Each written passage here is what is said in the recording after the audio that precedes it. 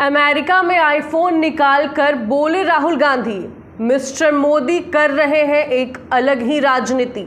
अंदाजा नहीं था कि बीजेपी सरकार इतना गिरेगी।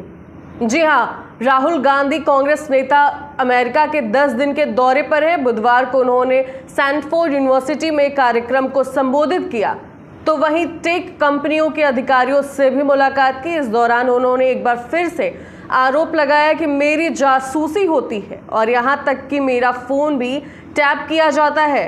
कार्यक्रम के बीच में ही राहुल गांधी ने अपना आईफोन निकाला और बोले, हेलो मिस्टर मोदी।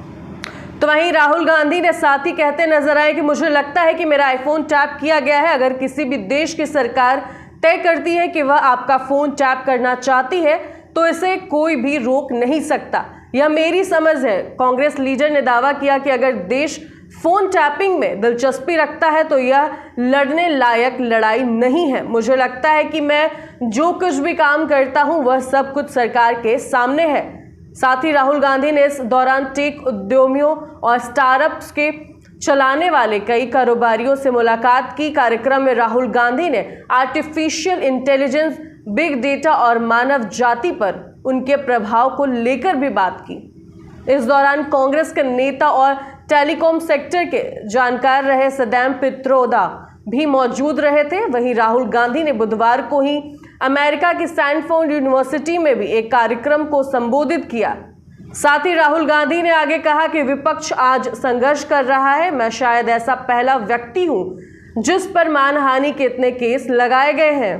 तो चलिए साथ ही आपको बता दें कि राहुल गांधी का जो बयान है कि इतना हद तक गिरेगी मोदी सरकार, तो इस पर क्या है आगे प्रतिक्रिया। आपको बता दें कि उन्होंने कहा कि भाजपा ने अभी सभी संस्थानों पर कब्जा कर लिया है। जब किसी भी संस्थान से हमारी बात को सुना नहीं गया तो फिर भारत जोड़ो यात्रा निकाली मैंने।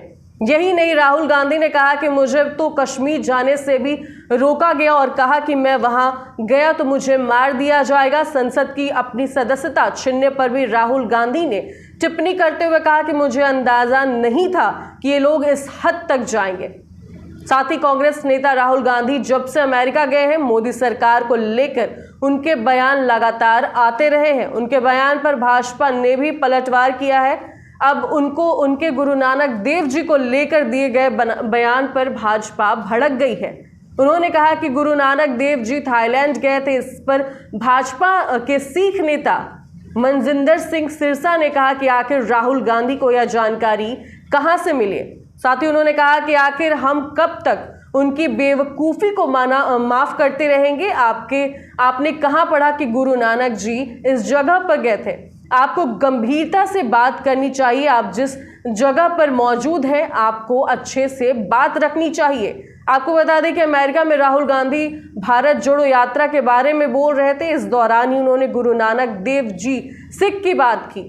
उन्होंने कहा कि हमने जो यात्रा की वह तो गुरु नानक देव जी की यात्रा की तुलना में कुछ भी नहीं है। मैंने कहीं पढ़ा कि गुरु नानक जी मक्का, सऊदी अरब और थाईलैंड तक गए हैं, वह श्रीलंका भी गए हैं। इसलिए ये महापुरुष पहले ही भारत जोड़ो यात्रा कर चुके हैं।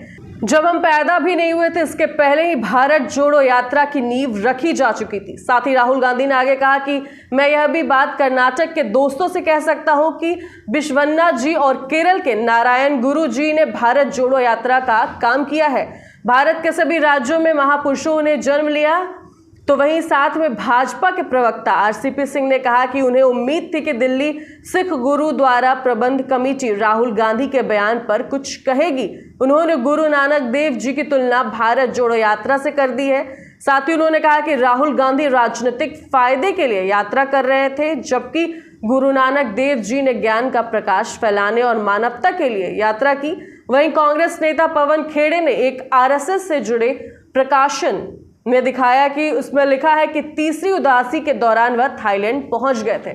आपकी क्या विचार है, आपके क्या कमेंट्स हैं, कमेंट सेक्शन में ज़रूर लिखिए। क्या ये बात सही है, कितनी सही है और क्या नहीं, इसके बारे में आप हमारे साथ अपनी राय ज़रूर शेयर करें। और ऐसे ही पॉलिटिकल अपडेट्स और खबरों के लिए बने रहे प्रेस जागरण के साथ।